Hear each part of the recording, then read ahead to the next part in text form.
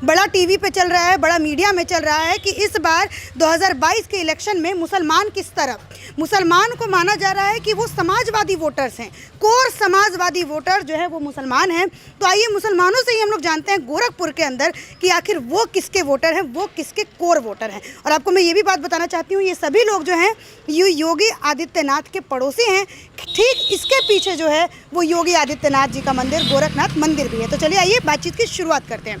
भैया मैं आपसे शुरू करूँगी, आपका नाम क्या हुआ? हमारा नाम हाजी राजू। अच्छा, एक बात बताइए, क्या है गोरखपुर के मुसलमानों का मूड? देखिए, गोरखपुर के मुसलमानों के बारे में तो मैं बहुत ज़्यादा नहीं कह सकता, हाँ। मगर मैं इतना जानता हूँ कि पूरा उत्तर प्रदेश का बुनकर समाज हाँ। इस बार हमारे महाराज जी के साथ है। अच्छा, आपसे अगर मैं अभी छोटी छोटी बाइट्स लेंगे उसके बाद हम लोग करेंगे। आपका नाम क्या? अब्दुल सलाम। ठीक, अब्दुल जी, इस बार के मुसलमानों का मूड क्या है गोरखपुर के? देखिए, गोरखपुर के मुसलमानों का मूड तो तकरीबन महाराज जी के साथ है, क्योंकि महाराज जी ने बहुत विकास किया है। गोरखपुर का तो विकास किया ही है, पूरे यूपी का विकास किया है, और ख़ास करके बुनकरों पर बड़ा एहसान किया उन्होंने। क्योंकि बुनकरों का ये जो फ्लैट रेट बिजली था पावर लूम का, वो ख़त्म हो रहा था, और अगर वो यूनिट पे आ जाते हम लोग, फिर जैसे बिलिंग पे आ जाते, बिल से जमा करते, तो हम लोगों का कारोबार बिल्कुल बंद हो जाता। लेकिन चूँकि हम लोग महाराज जी से मिले और महाराज जी ने बड़े ही संजीदगी से हम लोगों की बातों को सुना, उस पर विचार किया, और जो है फिलहाल इसी तरह बहाल उसको रहने दिया। मतलब जो हम लोग चाहते थे कि हम लोगों का फ्लैट रेट जारी रहे, महाराज जी ने फ्लैट रेट जारी रखा। आपको मैं ये समझाना चाहती हूँ पावर लूम क्या है। पावर लूम जो बुनकर की जो मशीन होती है जिससे कपड़ा बनाने की विधि को पूरा किया जाता है। पावर लूम मशीन की जो बिजली की कीमत वो 150 रुपये थी, जो कि ख़त्म हो रही थी मतलब यूपी गवर्नमेंट में, इस बार की भाजपा गवर्नमेंट में, जिसके जो कि इन लोगों के लिए, बुनकर समाज के लिए बहुत बड़ी एक समस्या थी। ये लोग गए, योगी आदित्यनाथ जी से बातचीत किया, उनसे सलाह मशवरा किया, उनसे अपनी परेशानी इन लोगों ने कहा, फिर उसके बाद योगी आदित्यनाथ जी ने उस पूरे कानून को वैसे ही बहाल रखा। चलिए आपसे भी अगर मैं बात करूँ, आपका नाम क्या? मेरा नाम रफ़ीउल्लाह अंसारी है। हाँ, हम लोग जो है खुल के जो है महाराज जी को जो है समर्थन करते हैं। भाई हम तो महाराज जी को ही समर्थक हैं। अच्छा। हाँ, हम किसी के नहीं हैं, महाराज जी के समर्थक हैं। कोई भी काम होता है हम महाराज जी से करवाते हैं। और हमारा पड़ोस जो है ये बुनकर भाई हमारे हैं। ये सारे लोग बुनकर भाई जो है महाराज जी को जो है डील करेंगे ये लोग। और ये लोग का कहना है कि मामू हम जहां आप लोग भी खड़े रहेंगे तहां हम लोग भी आपके साथ बुनकर समाज पूरा खड़ा रहेगा, क्योंकि बुनकर के साथ महाराज जी ने बहुत अच्छा काम किया है। ठीक है, आपका नाम क्या हुआ भैया? साजिद अली।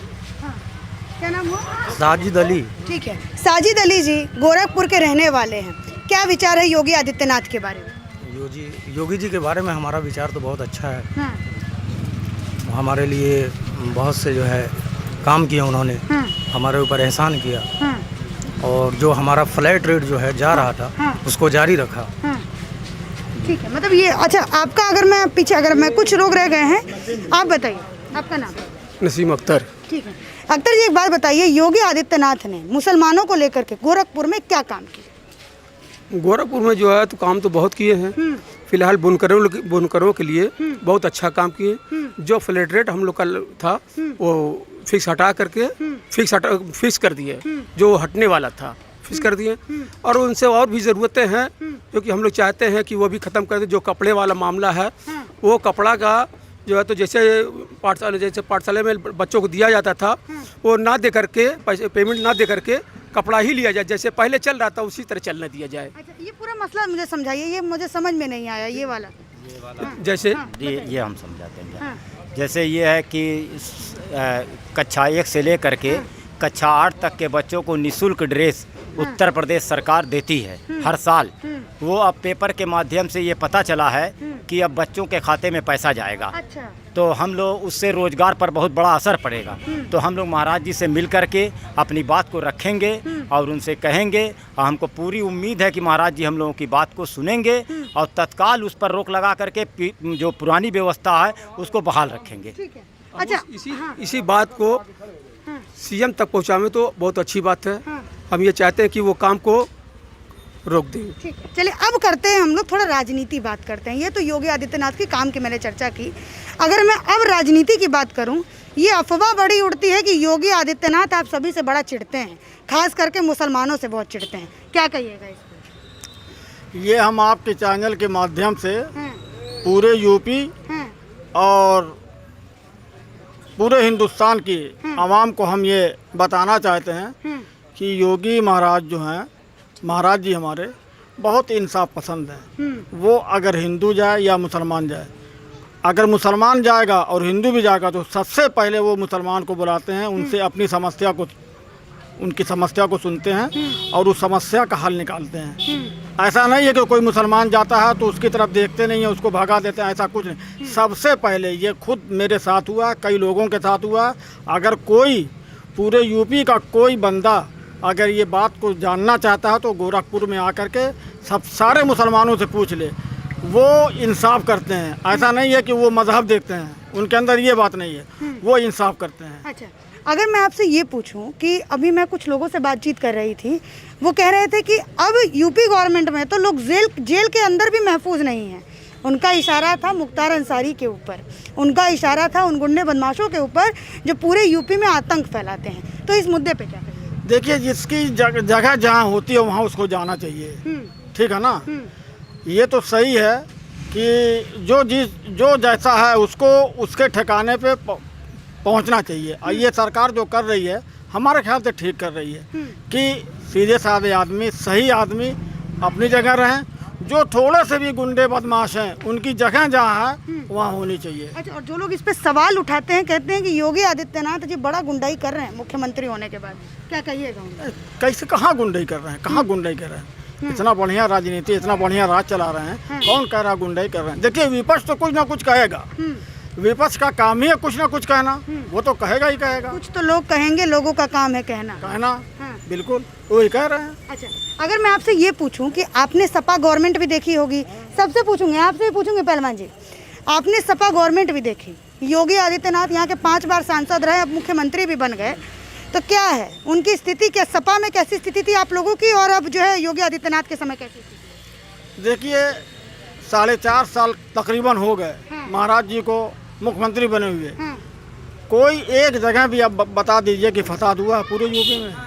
एक जगह भी कहीं आप बता दीजिए। इसके पहले जितने भी सरकारें थी, कहीं ना कहीं कुछ ना कुछ होता रहता था, लेकिन आप बता दीजिए कहीं एक जगह भी फसाद नहीं हुए, तो हम किसको अच्छा माने? अच्छे तो हमारे महाराज जी हैं। लीजिए, ये तो इन्होंने जवाब दे दिया अपने सब उससे। अच्छा, आपसे अगर मैं पूछूं कि सपा गवर्नमेंट और योगी आदित्यनाथ की गवर्नमेंट में किसमें ज़्यादा खुशहाल थे आप? सबसे ज़्यादा खुशहाली इस सरकार में है। मैं रफीउल्लाह अंसारी हैं, इस सरकार से हम बहुत ज़्यादा खुश हैं, क्योंकि ये मेरी सरकार है और मेरी सरकार में आज तक ना कहीं जो है हिंदू मुसलमान में फसाद हुआ है, ना किसी कोई बात हुआ है। और यहाँ जब सपा सरकार थी, हमारे यहाँ पुराना गोरखपुर, इस तरफ आ जाइए आप थोड़ा। हाँ, पुराना गोरखपुर कब्रिस्तान के लिए योगी महाराज जी खुद स्वयं चल के चले गए थे और सारे मुसलमानों को बचाया था कि आजम खान के एक फोन से कि पुलिस वाले से एकदम लाठी लेके तैयार थे कि पुलिस उनको मारा जाए। अच्छा, ये पूरा किस्सा मुझे कौन समझाएगा यहाँ पे? ये पूरा किस्सा आप समझाएंगे? समझाइए, पूरा किस्सा क्या था, किस बात? कौन से साल का था? ये बता रहे हैं कोई कब्रिस्तान का कोई? हाँ, ये बड़ी मस्जिद के पास जो कब्रिस्तान है, वहाँ पर कुछ वो आदमी ज़मीन खरीदा था, उसमें जो भी लफड़ा था उससे वो बहुत पीछे मत जाइए, मगर उसमें जो ताज़ा मामला ये था कि आजम खान कैबिनेट मंत्री थे, अखिलेश यादव जी मुख्यमंत्री थे, और ऊपर से आदेश था कि जो भी वहाँ जाए मुसलमान, उसको मामला तो मुसलमान से था, मगर उसमें कुछ बिरादरी का मामला था, अंसारी और पठान का मामला था। तो उसमें जो भी जाए उसको मारा जाए लाठी से, और लाठी से हम लोगों को खुद हम एक लाठी खाए हुए हैं, और लाठी से मारा गया। उसके बाद हम लोग दौड़ करके अपने महाराज जी के पास गए। महाराज जी ने कहा सीओ से कि अगर एक लाठी भी गिर गई किसी बुनकर के ऊपर या किसी मुसलमान के ऊपर, तो समझना कि वो लाठी आदित्यनाथ के ऊपर गिरी है, महाराज जी के ऊपर गिरी है। दोबारा दूसरे दिन हम लोगों ने धरना दिया, वहाँ बैठे रहे। सीओ लाठी लेकर के ऐसे तनतना रहा था, मगर उसकी हिम्मत नहीं थी कि लाठी उठा दे। उसके बाद 3 बजे हमारे महाराज जी आए हैं, और महाराज जी आकर के सारा देखे हैं कि कैसे क्या है। उसके बाद सुबह जा कर के मंदिर में जो है फिर बातचीत हुई, उसके बाद से जा कर के सारे मामले का हल हुआ। तो ये बताइए कि सपा गवर्नमेंट कहाँ मुसलमानों की हमदर्द है कि मुसलमानों के ऊपर लाठी चलवा रही है। हमारे महाराज जी जा कर के रोकते हैं और लोग इल्ज़ाम लगाते हैं हमारे महाराज जी के ऊपर। विपक्ष का काम ही इल्ज़ाम लगाना। विपक्ष ताली बजा दीजिए इनके लिए, इतना अच्छा इन्होंने बात कही है। अच्छा, आपने जो ये अब मुझे ये किस्सा समझाया, फिर किस मुंह से सपा पार्टी आप लोगों का वोट कहती है कि ये तो हमारा वोट है? मुलायम सिंह कहते हैं हाँ। ये जितना मुसलमान का वोट है तो उनके सपा के सरकार के बाप का नहीं है।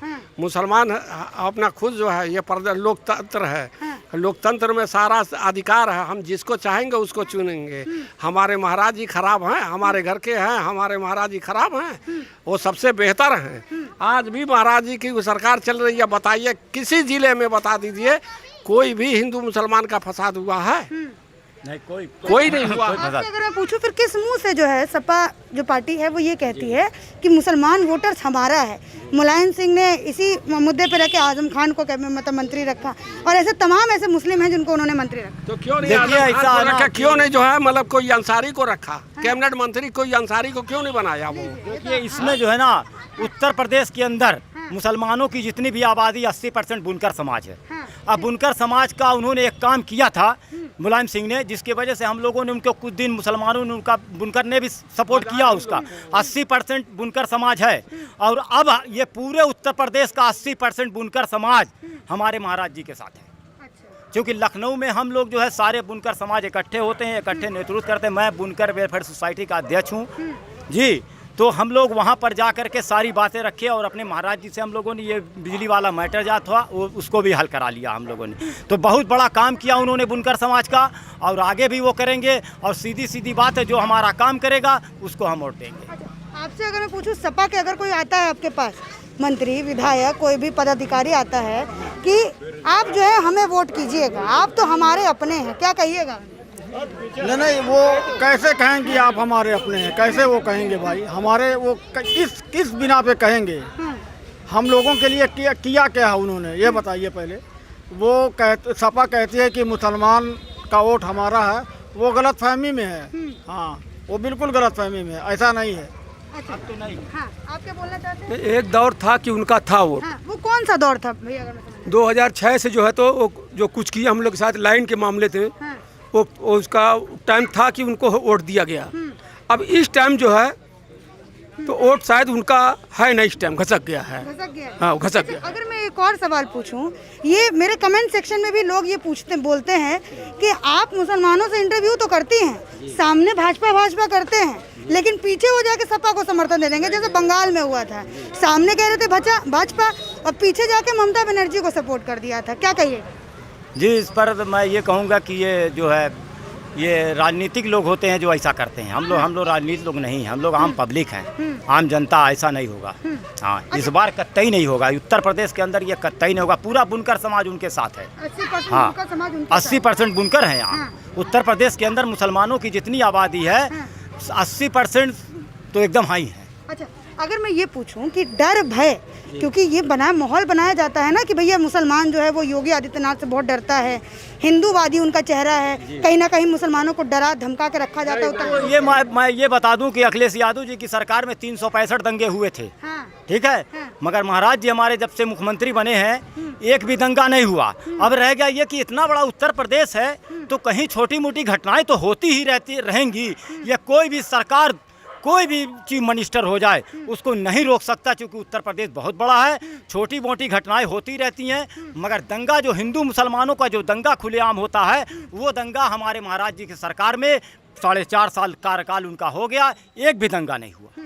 अच्छा, इसका जो आपने कहा कि 4.5 साल दंगा मतलब नहीं हुआ, तो क्या लगता है उसमें देखिए जो दंगा अगर नहीं हुआ तो सबसे बड़ा फायदा ये कि दंगा जब होगा तो नुकसान हमारा ही होगा। इसलिए कि अक्सरियत हमारी कम है, हम अल्पसंख्यक हैं, हमारी अक्सरियत कम है तो नुकसान हमारा ही होगा। और अगर दंगा नहीं हुआ महाराज जी के राज में तो सबसे बड़ा फायदा तो हमको यही हो गया कि दंगा नहीं हुआ तो हमारा कोई भी भाई मारा नहीं गया, लूटा नहीं गया।